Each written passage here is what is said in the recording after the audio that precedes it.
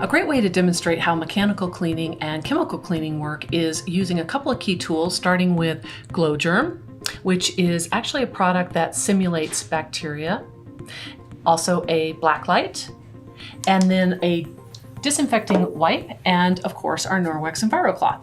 So these disinfecting wipes work well when the directions for using them are followed. And if you look at the back of a container, you'll see, depending on if you're wanting to sanitize or disinfect, you need to wipe the surface.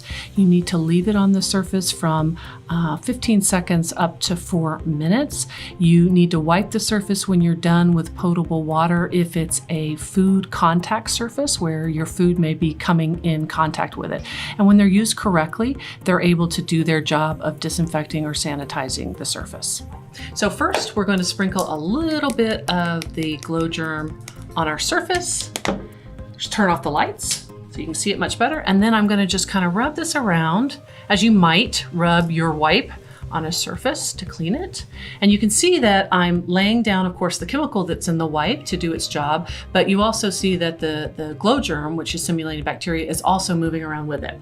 So if you look at that compared to how our Norwex EnviroCloth works, which is mechanically picking up what's on the surface, as I'm doing here with our Norwex cloth, it is picking up everything off of that surface and cleaning up 99% of that bacteria from the surface when it's used properly.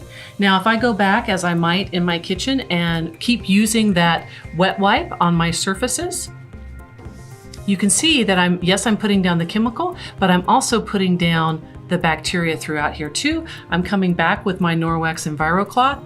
I am just picking it up just like that and picking it up physically.